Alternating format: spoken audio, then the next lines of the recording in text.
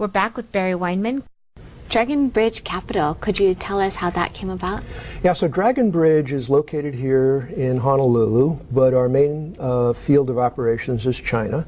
And our goal is to help Chinese companies who want to come to the U.S. for joint ventures, mergers and acquisitions, and eventually to go public on the U.S. markets.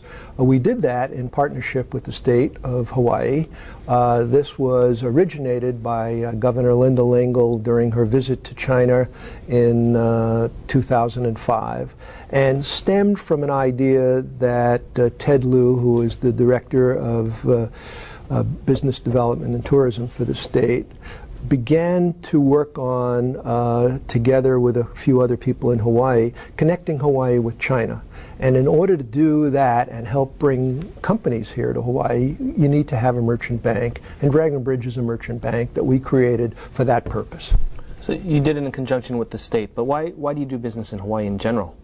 It's kind of out of the way and so on, right? Well, I live in Hawaii, and I love Hawaii, and I've always wanted to live in Hawaii since I first came out here in the 60s.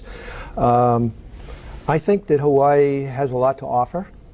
It can show people how many different cultures can work together. It's somewhat of a bridge between the U.S. mainland and Asia. It knows how to navigate those waters. In today's world of the internet, you can do business almost anywhere, and so consequently Hawaii is not necessarily a place where you would do manufacturing, but you can certainly do innovation here. We have some great technologies at our University of Hawaii, in our medical school, and so I'm quite bullish on Hawaii. How many entrepreneurs do you think you've dealt with over your career? Well, there's been probably hundreds I'd like to strangle. We look at, it has to be a lot more. We look at between 200 and 300 companies a month. We've been doing this for nearly 30 years. So our Rolodex is kind of large.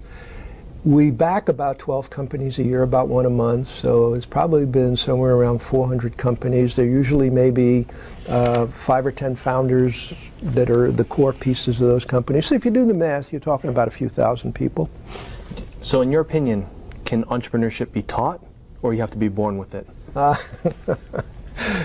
It reminds me, I took a sales course in school, and the question in the sales course was, can salesmen be taught, or does it have to be, or they have to be born? And in the sales school, they obviously think they can teach sales. Well, I thought you had to be born, so I got that question wrong. However, in the philosophy school, or the philosophy course I took, they believe that people are born certain ways. So I decided to change my answer because I was wrong in the sales department, and I said, no, you have to train them to be good salesmen. And of course in the philosophy department that was wrong, so I got the same question wrong twice, even though I changed the answer. And I think that's pretty much the same here. I think you can teach the tools to entrepreneurs so that they can learn certain things about building their business, about raising money, about compensating employees, about focus.